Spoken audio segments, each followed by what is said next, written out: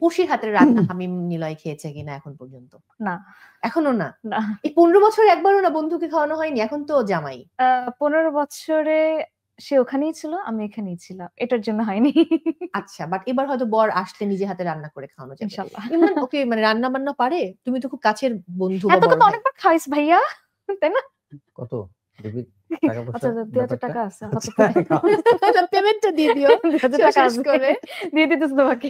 না আমার এখনো আসলে সেই সৌভাগ্য হয় নাই। সৌভাগ্য হয় হ্যাঁ। নাই না? আন্টির হাতের রান্নাই খাওয়া হয়েছে, হুম, হুম, হুম। কিন্তু ওর হাতের রান্নাটা এখনো খাওয়া হয়নি। বাট হ্যাঁ, জামাই যখন আসবে ডেফিনেটলি ও কিছু শিখবে, তখন ওই Definitely. সুবাদে আমি খাওয়া হবে। অনেক ভালো রান্না করি। আমি এটা ওকেও বলছি। আমি অনেক ভালো রান্না করি এবং সবাইকে আমি তুমি বলি। কি ভালো রাঁধো সবচেয়ে? আমি সব ভালো রান্না করতে লাইক সবই পারি। বাহ! সব মানে Everything. পোলাও, একদম ওই roast, যে শুটকি কোরমা, শুটকি পাটাতে বেটে বেটে।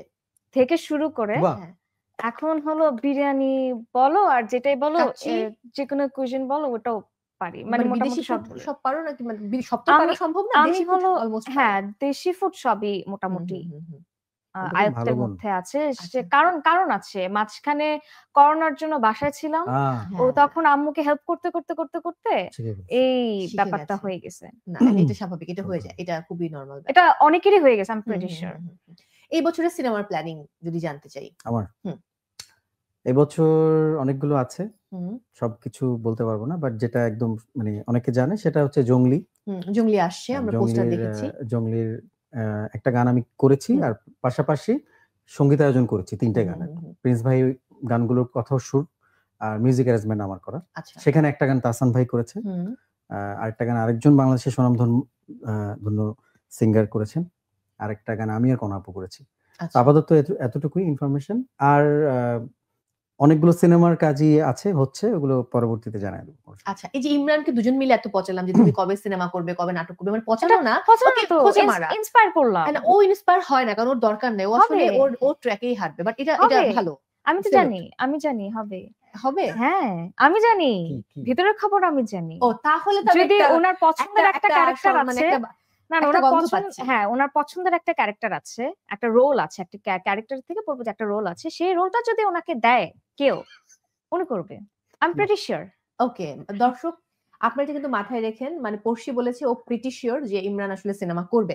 বাই দ্য ওয়ে সিনেমা বলে কথা নেই, সিনেমা বা নাটক যেটাই হোক, যেটা হোক ও অভিনয় করবে। হ্যাঁ, বাট ওনার পছন্দের যে রোলটা আছে ওটা যদি ওনাকে দেওয়া হয় তাহলে তুমি একমাত্র তখন তুমি কি কি এক্সপেক্ট আস করো করতে যে চাচ্ছি? তুমি ধরো আমি যদি অভিনয় করি কি হইতে চাই? মানে কিভাবে আমাকে কোনো দেখতে চাও? গায়ক টাইপ গায়ক মানে না, নায়ক রোল তো রোল definitely, রোল লাইক খুব right? রোমান্স থাকবে, এইটাই তো রোমান্স সমস্যা। রোমান্স থাকতে হবে। ও এটাই তো ব্যাপক সমস্যা। মানে এইটাই সমস্যা। আমি তো নায়ক হইতে চাই না, তুমি কি করতে চাও তাহলে? ভিলেন।